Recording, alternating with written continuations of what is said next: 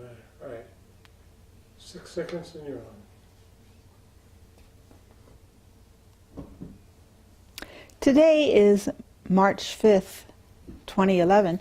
My name is Marty Dick, and I'm interviewing Doug Young, who was involved in the Fourmile Canyon fire on Labor Day and the 6th of September, 2011.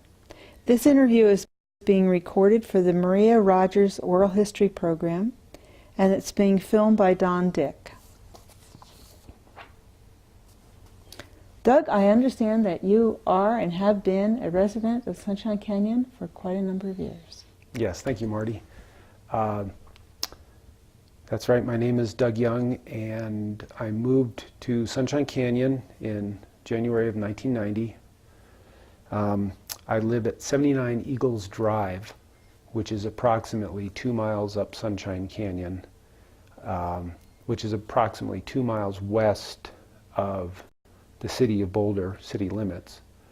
So we live about 2 miles west up Sunshine Canyon in unincorporated Boulder County. Mm-hmm. And with relation to the fire that we'll be discussing, we were a few miles due east of the point of origin of the fire, and then as the fire spread, we were east and I guess southeast of the fire. Mm-hmm. Mm-hmm. A little more about myself. Let's see. I moved in January of 1990. I married my wife Pam in October of 1991. I joined the Sunshine Fire Protection District in 1990, and I was chief of the Sunshine Fire Protection District from 1993 to 1995. My wife and I had 3 children, and I was very active in the Sunshine Fire Department. As I said, I was chief from 93 to 95, and then for about the next 10 years, I was very active as a battalion chief and helping run and plan parts of the department. In October 2006, our oldest son, Davis, died, and as a result, I started to retire from the fire department. So I'm now fully retired from active firefighting. But as part of being a firefighter in the late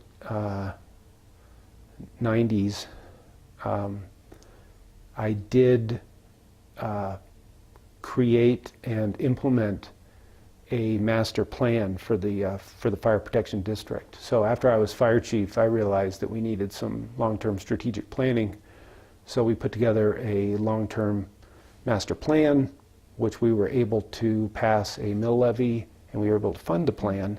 And as a result, we were able to acquire some modern fire apparatus, and we were also able to plan and construct our new fire station, Station 2. And both of those, I'm very proud to say, were able to be utilized on this recent Fourmile Fire. So I'm very proud that our many years of planning really seemed to pay off in this case. I can certainly see why you would feel that way. So that when did you first hear about the fire? September 6th, Monday, September 6th was Labor Day, so the kids were home from school, so it was a day off. And I just made a nice breakfast at home, and we were lounging around. And then at right around 10 o'clock, shortly after 10 o'clock, my wife and I heard a siren going up Sunshine Canyon. And with years and years of fire department experience, when we hear a siren, we know something must be going on. So we immediately started listening to the radio traffic on our scanner and heard that there was a small fire that had started in the Emerson Gulch in Fourmile Canyon. By the time we flipped on the scanner, the radio traffic was urgent and complex and confused, but it was very clear that a very serious situation was unfolding. And I have a few notes here. by the time we had flipped on the scanner, at 10:10, that's 10 minutes after 10 a.m., an urgent call went out that they had a fully involved fire, trees torching, get Gold Hill fire out now. Because I think at that point they knew they were going to have a fire that was going to run very rapidly up the hill towards Gold Hill. And then just a mere 5 minutes later, by 10:15, they were toning out all the fire departments, and somebody came on the radio and said, "I've got crowning," which means the fire is up in the crowns of the trees and is actually traveling from crown to crown. So shortly after we flipped on the radio, we could tell we had a very, very serious fire developing, even though it was still many, many miles away from where we lived. Well, too. Yeah, it was several miles away, and at that point we didn't think it was going to directly affect us. But then we sort of kept an eye on it, and we walked down to the end of our road, end of Eagles Drive, to where Eagles Drive meets Sunshine Canyon Drive, and we had a clear view of the point of origin of the fire. And we could clearly see the fire several miles away, and it was very clear that the fire was growing very rapidly. And the way I would describe it is it looked like a head of cauliflower. This was not a few wisps of smoke. You had a head of cauliflower, this dark, roiling smoke, and it was growing very rapidly. So at that point, based on our experience in the area, we started to monitor it pretty carefully, both on the radio and then by frequently checking on the status of the fire.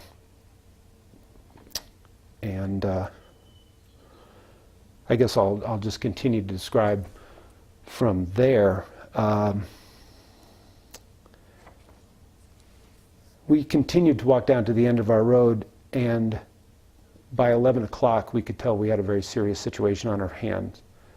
So at 11:06 I sent out my first email to all of my friends and neighbors, and I explained, I said, "Dear neighbors," and this is to my neighbors who live in my neighborhood in Lower Sunshine Canyon. I sent it out to our neighborhood email list. I said, "Dear neighbors, you should know that this fire has started. It's several miles away, but Gold Hill is threatened. They're being evacuated. All county resources have been dispatched." So it's a full county-wide response. But our specific community is not threatened or evacuated at this time.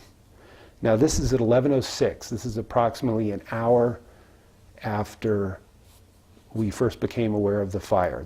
The firefighters were dispatched at 10:01 a.m. and so at 11:06, I tried to give as much accurate, comprehensive information to my neighbors as possible. We continued to monitor the fire, and I started to take pictures of the fire at that point, and it had grown pretty large.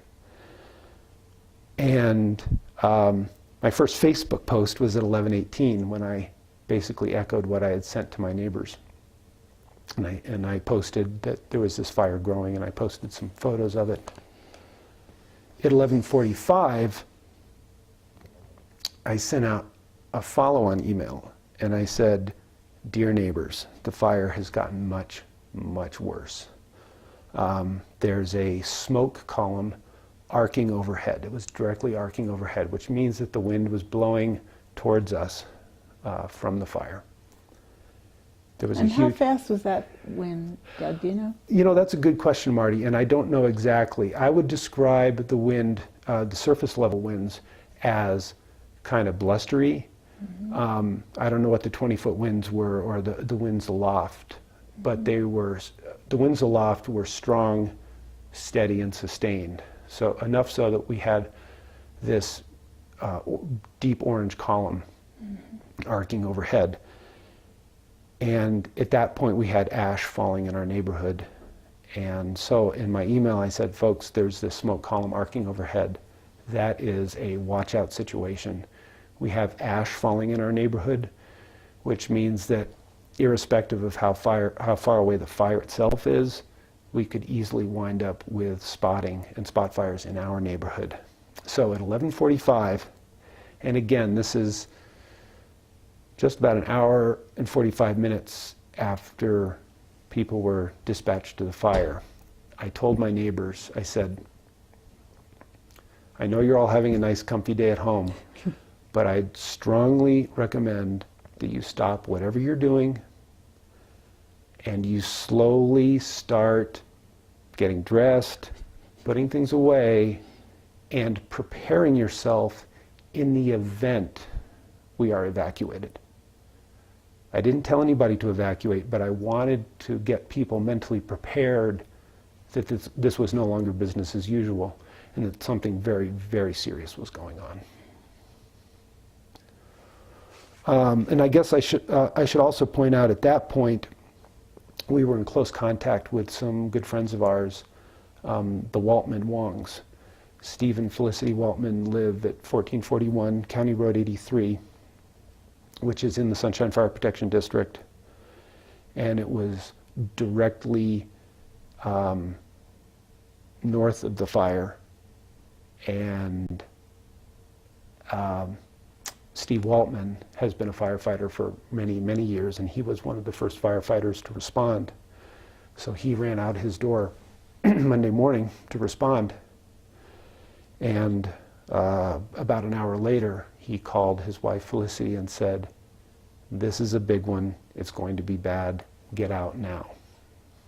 So before there was any official notice or evacuation, Felicity Waltman had to evacuate her two daughters and their animals, their cats. And so they evacuated to our house at about noon on Monday. So it was very clear that we had a very, very serious event that was starting to unfold extremely, extremely rapidly. And I should also point out that we were regularly checking on the status of the fire, and one thing that struck us was that it was clear that there was some really extreme fire behavior. And what I mean by extreme fire behavior was that the fire was exhibiting incomplete combustion. It was burning so rapidly. We had thick, black, yellow smoke. You could see in and around the fire, you could see fire whirls developing. You could see these things spinning off. Extreme fire growth, moving extremely rapidly. We'd be looking at the side of a mountain, and minutes later, it would be completely engulfed. And from years and years of training and safety and everything we learn as wildland firefighters, all of our alarms were going off. So we knew this was serious. So we were taking it very seriously. And that made an impression on everybody. Our whole family took it very, very seriously. And what did you as a firefighter decide to do at this point? That's an excellent question. As a former firefighter, unfortunately, my firefighter nerve was twitching at this point. But even though I wasn't an active firefighter, what I did do was I still had my firefighter clothing. I had my Nomex gear. So just to protect my own home, I changed into my firefighter protective equipment, if only for the purpose of preparing my house for evacuation, because we wanted to prep the house. We wanted to go through the checklist of what you should do to prepare your house in the face of an advancing fire. So I wanted to have my protective equipment on. So that's a good point. By noon on Monday, we were in defensive mode. I was in my protective gear, and we were starting to identify what we were going to evacuate and what we were going to load into the car and take with us. And then we went around the house. We prepared the house. We cleared flammables away from the house. We started preparing the inside of the house. We drew the curtains. Like I said, we got the flammables and the wood away from the house. And how did you leave the house? Did you leave windows and doors locked and closed, or did you? Right. We closed all the doors, although I'm embarrassed to say I did make one pretty major blunder, which was I left the garage door open because I wanted to give firefighters access to the garage and to my tools, which is a pretty serious blunder. I should have closed the garage door. I was just anxious that if they cut power, they wouldn't be able to gain access to the garage. But we closed all the doors and windows, drew all the curtains, but we did leave all the doors unlocked. And as I said, I left the garage open. But what we also did was we took a big piece of cardboard and we wrote a message to the firefighters saying, "Dear firefighters, family of 4 plus dog, evacuated, we're safe." We may have even put our phone number on there, I can't remember. But what we also do is, since we have a large residential cistern for drinking water, I took a can of red spray paint and I drew a big arrow to where the cistern of 1,000 gallons of water was. And I wrote 1,000 gallons of water here. So in the event they needed to set up at our house, and in the event they needed water, and in the event they had a submersible pump that they could, or a floating pump that they could pump out of there, we wanted to make sure that was available to them as well. So we'd practiced this once or twice before. So we wanted to leave the house in a state where if a firefighter drove up, they would have all the information they needed to know. House has been prepped, people have evacuated. We left garden hoses out. We strung the garden hoses. We hooked them up, which of course only works as long as you have power. But fortunately, we never lost power at our house. So we had strung garden hoses around the house as well. So that was a good point. And my family finally evacuated. Excuse me as I shuffle my papers. I think they evacuated at 5:30 that afternoon. That's when my wife Pam and my 2 kids and the dog finally left. And then I evacuated about an hour later. I was actually waiting, since I sort of felt responsible for everybody in my neighborhood, I was waiting for the last person to get out, and then I was going to mark their driveway as evacuated. So I kind of wanted to be the last one out and make sure everybody else got out safely. How'd you mark their driveways? We had police tape, and we were tying that on the mailbox or onto the phone pole or leaving some other indication. So firefighters cleared all the houses in Sunshine where people had already left, and then in the few cases where they hadn't left, when I left, we tied some additional tape on there, cleared the houses, and then at the end of the road, we tied tape on the mailboxes to indicate that those people had evacuated. We tried to give as many indications as possible. And we had firefighters come through at least 2 or 3 times, making sure people were evacuated, just double and triple checking, because at that point, it was very much still at risk. Where was the fire then? By then, the fire spread very rapidly. Our impression was, after it started, it spread very rapidly up Sugarloaf Mountain, and then also up the other side of the valley, up towards Gold Hill.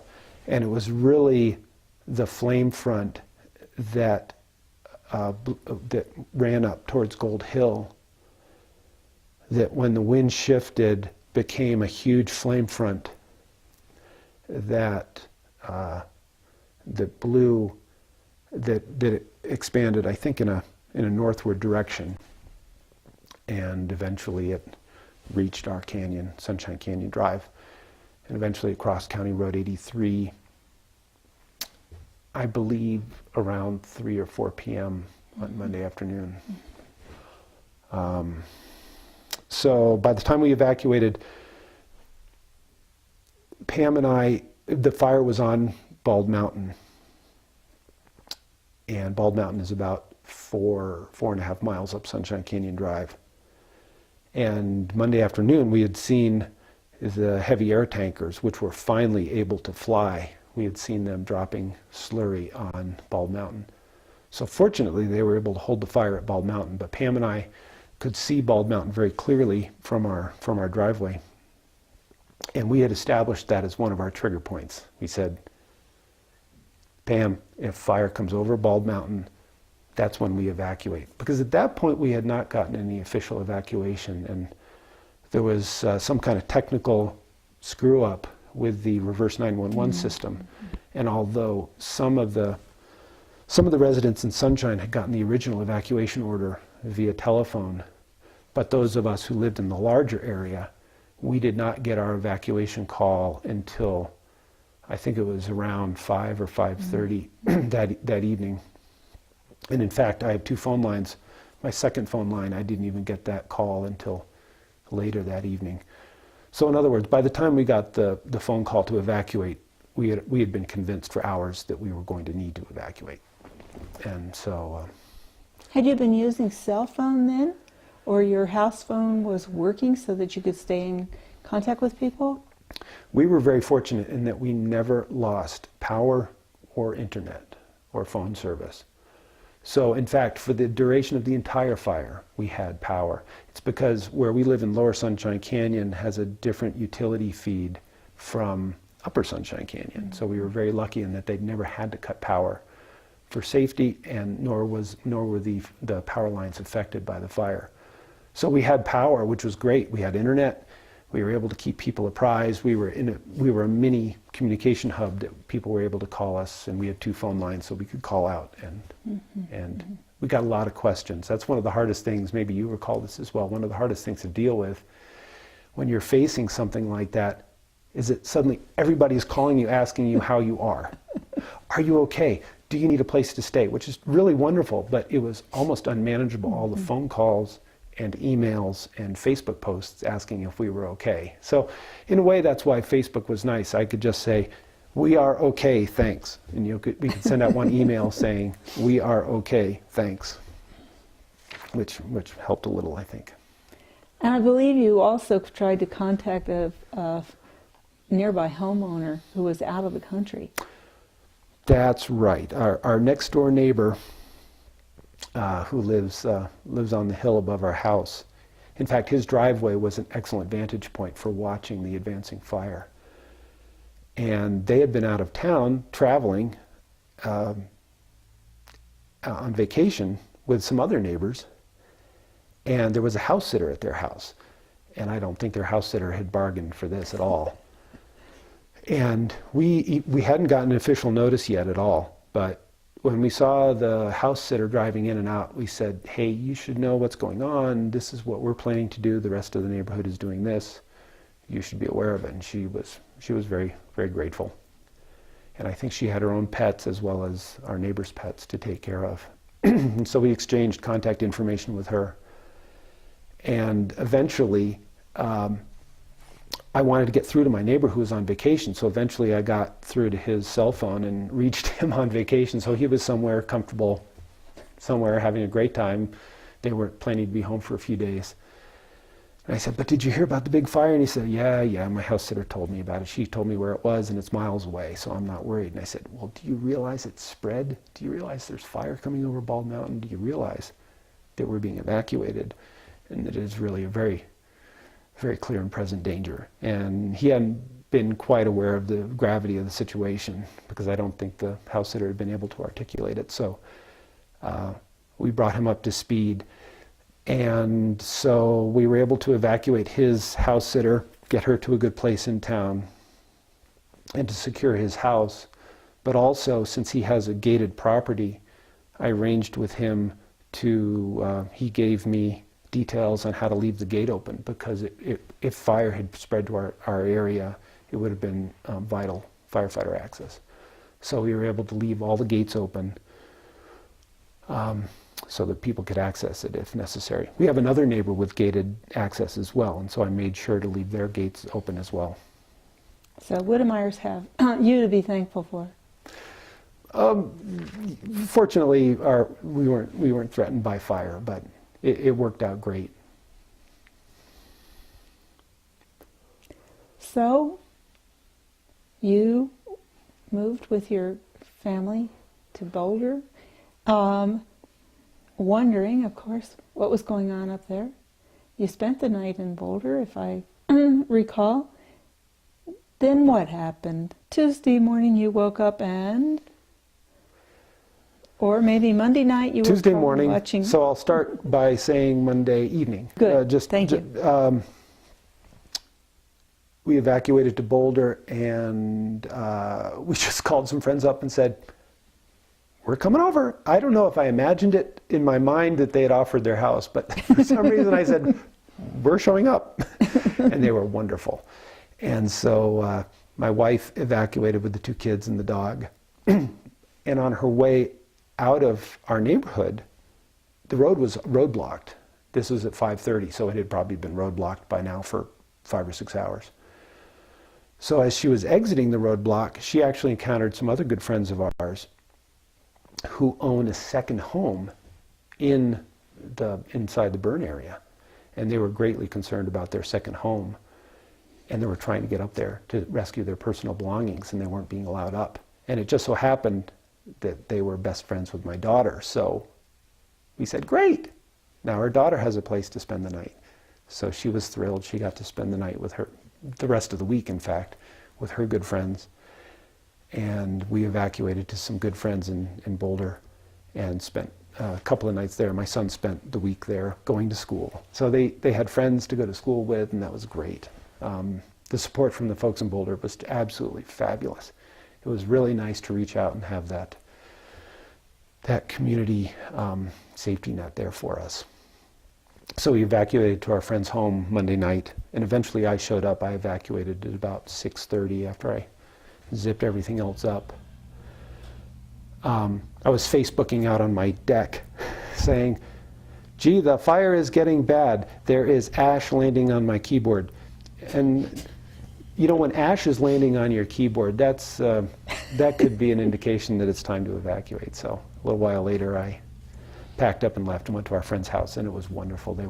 They fed us, took care of our dog. It was just, I can't tell you how wonderful it was to be able to evacuate and be so warmly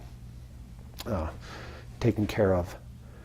So then we wake up Tuesday morning. Did you have any contact or with what was going on Monday night? Boy, there was so much confusion. We continued to monitor the radio. Mm-hmm. We had radios with us. We were listening to multiple fire channels. But still there was a great deal of confusion. Anytime a fire is growing that rapidly and spreading that rapidly, there's a great deal of confusion, even without the firefighter cadre that's dispatched to the fire. And I could tell the gravity of the situation. Monday afternoon, when our fire department was dispatched to our own fire station, because our fire station was directly, literally, in the line of fire, I knew things had gone very, very badly. So we were in a state of, suspended disbelief at that point. So we knew it was serious. But nighttime fire behavior tends to abate a little bit. And so nighttime tends to be take a shower and then watch the same 30-second newsreels over and over again on all the local channels, which doesn't always do a lot to help you relax. But it's, we're drawn to it like a moth to a flame. So we're watching all the local channels, watching all the slurry bomber drops, watching all the fires, and tragically watching, homes burn that were caught on tape. So that's what our Monday night looked like.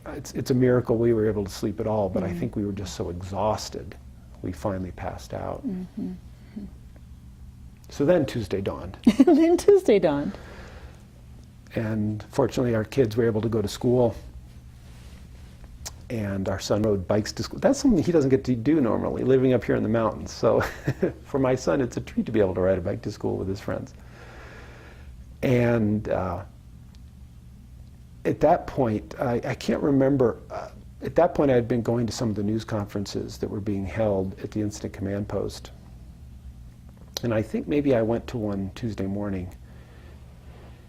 Anyway, Tuesday morning, by that time I had been in touch with many of our neighbors, and there was a great deal of fear and confusion, uncertainty, and there was a general overall lack of really specific and actionable information coming from the official information sources. You know, the fire management had their own public information structure set up, and it was giving a lot of high-level facts, how many firefighters were on the fire, how many acres, things like that. But people really needed actionable information. Is the fire in our neighborhood? Did our house burn? I heard so-and-so's houses burn. And what about the horses? And so really there was a whole vast community that was really suffering for lack of information. And because of my familiarity with the area, and because of my familiarity with years and years, decades of firefighting experience in this area, I made the very personal decision to go up into the fire area and try to gather as much good, detailed information as I could. So I put on all of my firefighter protective gear, and I actually made a plan, and I made a very discrete plan. I ORM'd it, which is operational risk management. I said, okay, Doug, you're going to go up into the fire as a single resource. You're going to be by yourself in your car.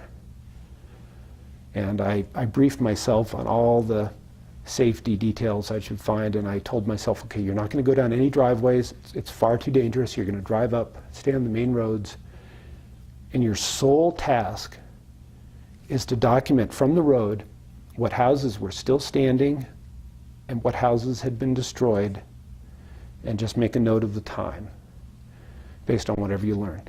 Go as far as you can. Sunshine is a fairly small district, so I was going to go as far as I could up the major roads, and then when I was turned back by fire, or if the road was otherwise impassable, I was just going to turn around. I wasn't going to drive through smoke. I wasn't going to drive through flames. And so that's what I did on Tuesday, and I was able to meet up with the firefighting resources that were up fighting the fire. And it was incredibly dramatic and incredibly devastating. By Tuesday morning, most, but not all, of the damage had taken place. And it was a smoking, still actively burning wasteland. I personally knew many of the firefighting resources that were on the fire that day. And so I was able to make contact with them, find out what was going on. And in some cases, I was able to actually document homes and structures that had not burned, but tragically wound up burning later in the day on Tuesday. And just to digress a bit about fire behavior, this fire exploded on Monday. And the fire behavior from 10 a.m. on Monday to 5 p.m. on Monday was incredible. And then we had the nighttime fire operational period where the fire behavior abated a bit, but I will say it was remarkable how active and hot the fire was Monday night. It didn't bank down nearly as much as we'd like as firefighters, because that's when we catch the fire. But Tuesday dawned, and as Tuesday heated up, the fire behavior started to intensify again. And although the operational period on Tuesday started out lots of, it was still burning actively in many places, the fire behavior really intensified during the Tuesday operational period as well. And not only that, but we had some wind shifts such that fire was able to get into the Sunshine community and burn around, and it actually destroyed many more homes on Tuesday, which was really tragic. one of my impressions from going up there on Tuesday was how few firefighting resources were up there in such an actively burning area. And because of some, resources were scarce, fire management had made some decisions to deploy their resources in other areas. And the Sunshine community, even as a relative outsider, but with an understanding of fire management, it seemed like there weren't anywhere near the resources there should have been in the Sunshine community. And tragically, we did lose more homes that day. And that was very, very hard to come to grips with. So I proceeded to drive the roads on Tuesday and meet up with the other firefighters. I've got a few notes. I drove up here 9:45 Tuesday morning and proceeded to visit many of the neighborhoods. I drove up Sunshine Canyon Drive, and then I drove down County Road 83, which is one of the major roads in the neighborhood.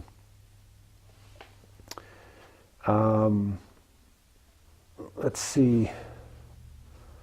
What I was eventually able to drive all the way to Gold Hill and meet the folks there. I actually went to the Gold Hill station. I met the firefighters there. Some of the firefighters were still responding. Some of them had actually been out of the country, and they had just flown in. So many of the Gold Hill firefighters were just arriving at that very moment. So Gold Hill was still kind of mustering their response, and they were getting support from local fire departments. So I made contact with their folks at their fire station, and I stopped in at the Gold Hill Inn, which had been converted to an incident command post, and talked to the folks there to get their plan.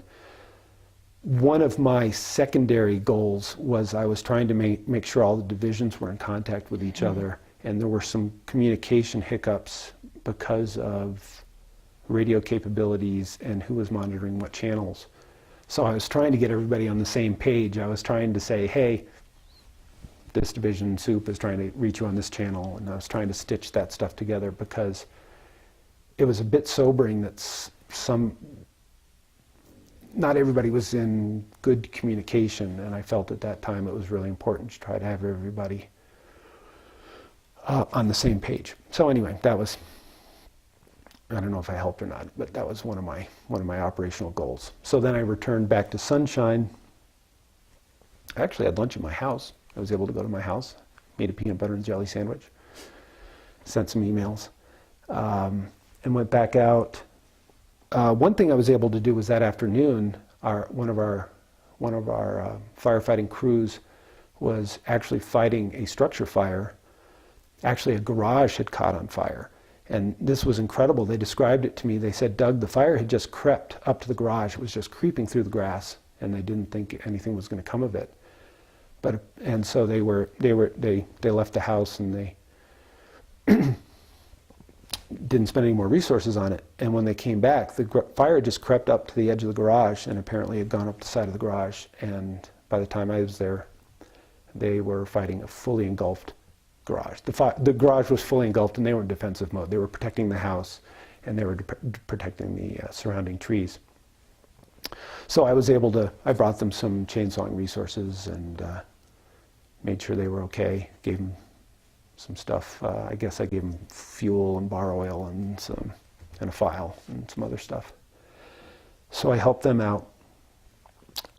So by then I had compiled the first set of notes. I mean, they were far from complete, but at least I had spanned all the major roads in Sunshine, and I had taken at least a first stab at trying to document, okay, I know for sure these houses are standing. I know for sure these houses are lost. There were still quite a few that were unaccounted for, but that wasn't part of my original plan.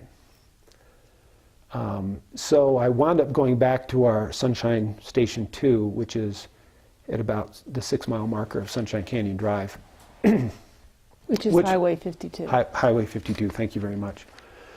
Which fortunately had been spared by the fire. The fire had directly burned up to and around our station too. But fortunately it was spared. Fortunately somebody had weed whacked around it, and fortunately it was cement at the base, so our main fire station was spared. So I went there just to sort of debrief with the other firefighters and help out as best I could. And one interesting thing that happened was a sheriff's officer drove up. In fact, he and I had been interacting throughout the district. We were sort of comparing notes. And he showed up at 4 o'clock. Actually, I think it was right before 4 o'clock. Anyway, he said, yeah, I was sent up here by Incident Command, and I need to give them a report of structures, destroyed and structures still standing, and I need to give it to them by 1600 hours. And I said, well, you've got 5 minutes. There's no way you're going to be able to drive out and figure that. I said, oh, but by the way, I have a pile of notes here about what houses are still standing, what houses have been destroyed. So he said, oh, thank you. So for better or for worse, we took data, we compiled data from my notes, and we tried to come up with the first rough guess at houses that had been destroyed and houses that were still standing. He had some notes himself, so we were able to correlate our notes and come up with the first set of actual factual on boots on the ground report. Now, it turned out that the actual statistics of homes destroyed exceeded what we were able to compile, because like I said, we were only able to identify homes that we could see from the road, or in his case he went down a few driveways. But anyway, it was a first attempt at gathering some real data, and that was sobering enough. I think that was enough to make everybody realize what a crisis situation we were dealing with. So anyway, he was able to report that data back to his command, and I was able to fax him my notes. So my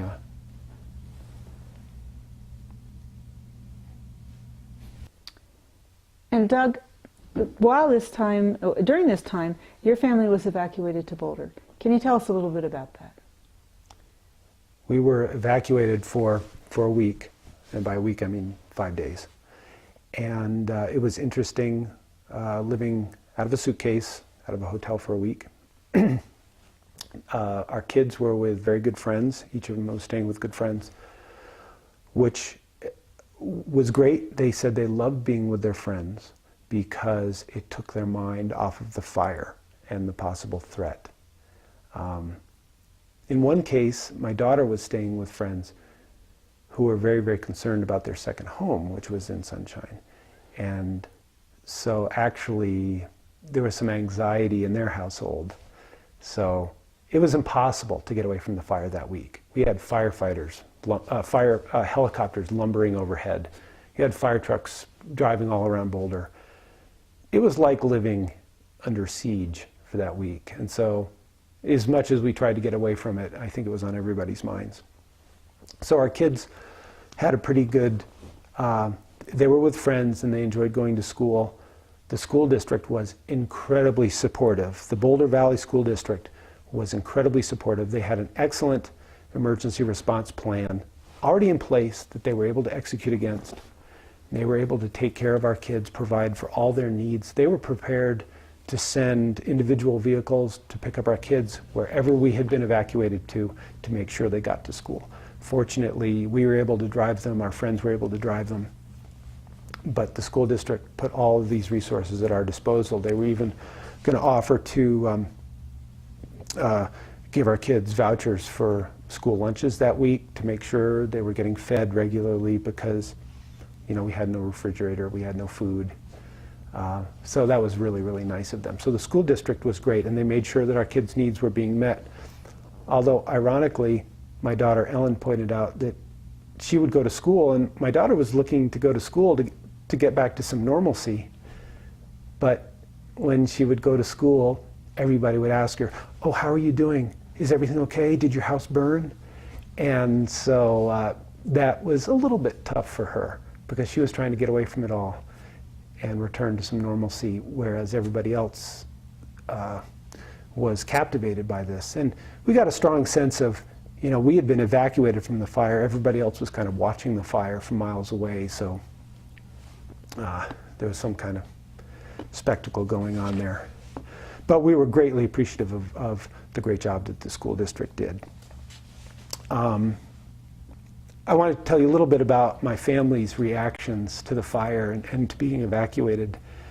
Right after, Monday morning, right after the fire started, and we thought we heard sirens, I actually thought it was my son's video game, because he plays video games with sirens and explosions and things.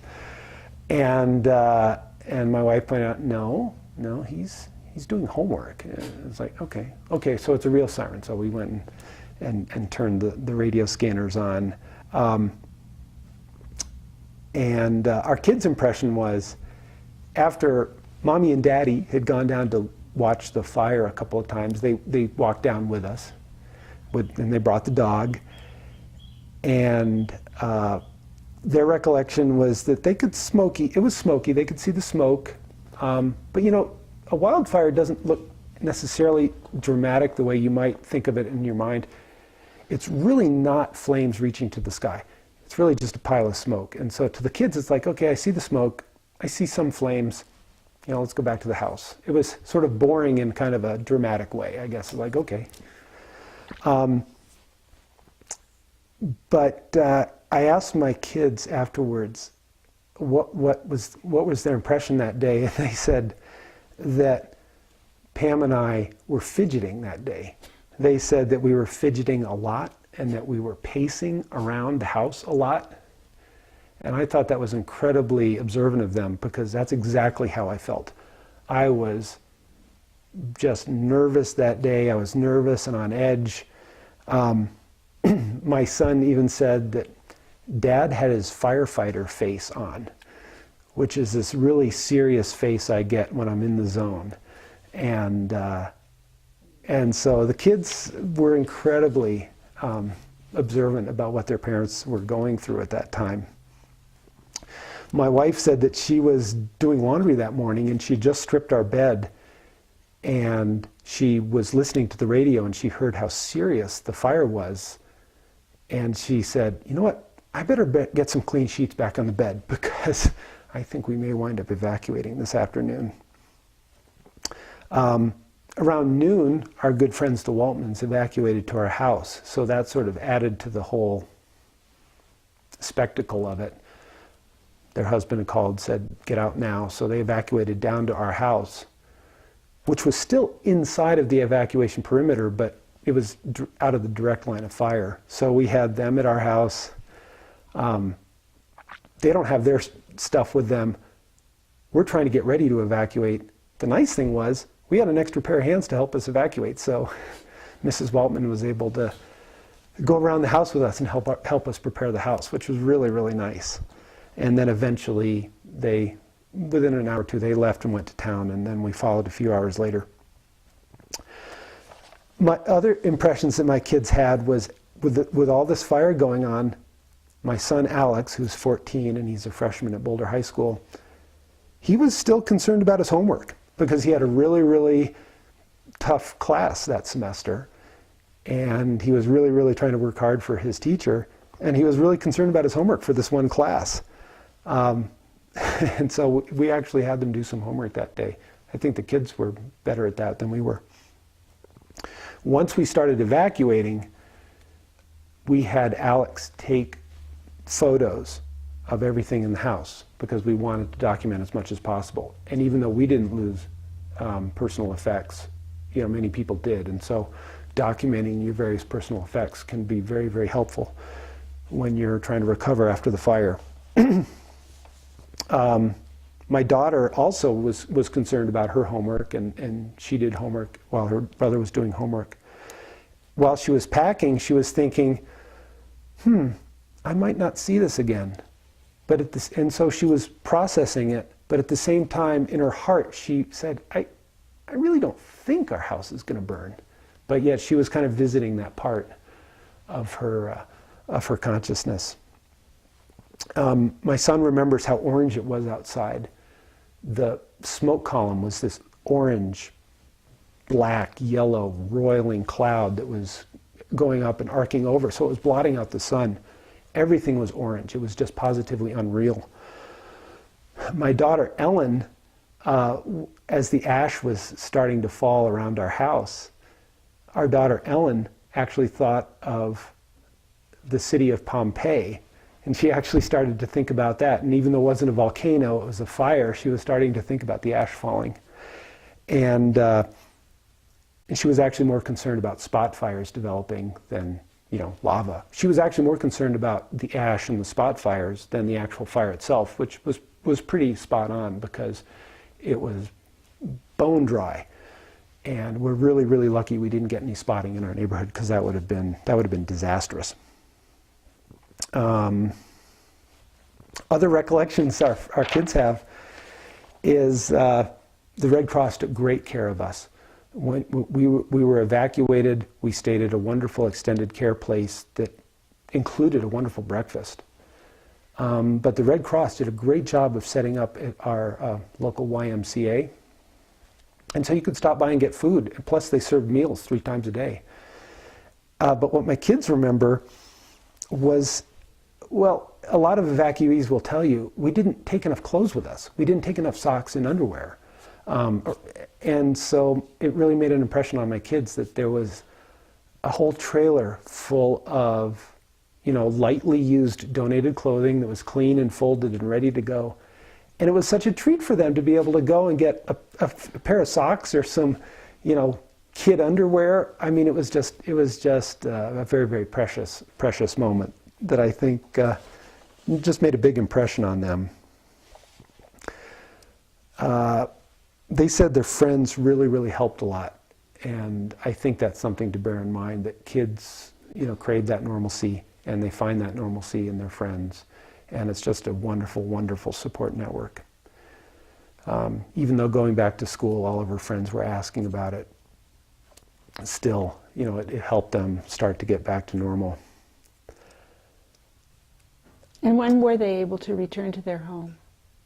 So, speaking to that, so it was a short week since we had Monday off.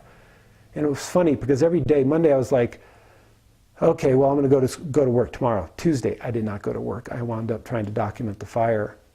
I said, okay, I'll go to work tomorrow, Wednesday. Each day I told myself this. It became pretty clear I was in no shape, physically or mentally, to go to work. So I wound up not going to work at all that week. Fortunately, my employer was very, very understanding and very concerned. So that worked out great. The kids went to school the whole week. And then we were able to regroup as a family on Thursday when we were able to move into a larger extended stay room. And so we rejoined as a family on Thursday, and then Friday we were able to return to our home.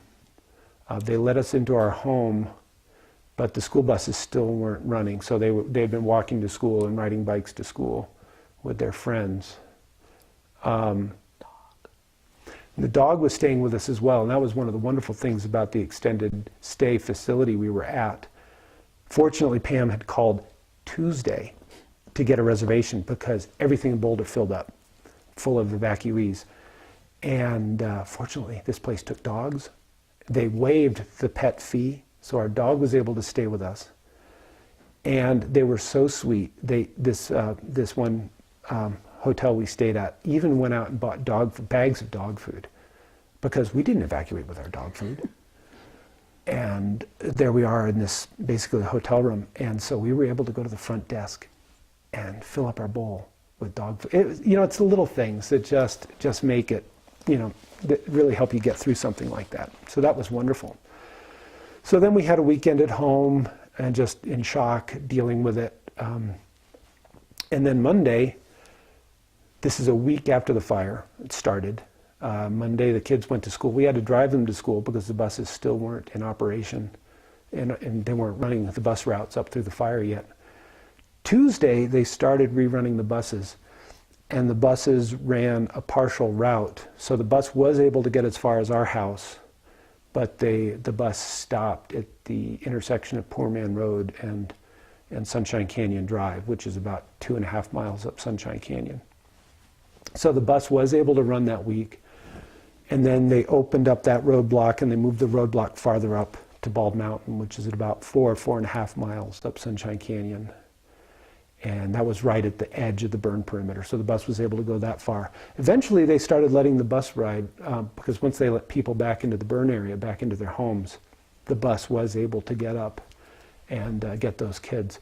I will tell you, it's been one thing that has made this experience so very sobering is that those very first few days, there were hardly any kids on the bus. And the first thing you realize is how many people had been evacuated and how many people hadn't moved back in yet. But what we've come to realize is that many people haven't returned. And in fact, many people may not return. So the school bus is a daily reminder that our lives and our community has just been changed irrevocably forever. And that's been very sobering.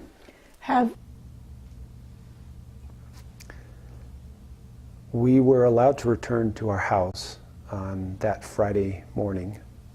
And we were right there at the roadblock when it opened, when we got word that it opened. And we were lucky. We had never lost power or phone. So we moved back into our house, and other than a slight smell of smoke and a little bit of ash fall everywhere, we were fine. But the effects, the signs were everywhere. And I remember the first thing I noticed was that night, we really have an expansive view of most of the burn area, all the way from the point of origin, Sugarloaf, Gold Hill, up to Bald Mountain and into Sunshine. We have a pretty panoramic view.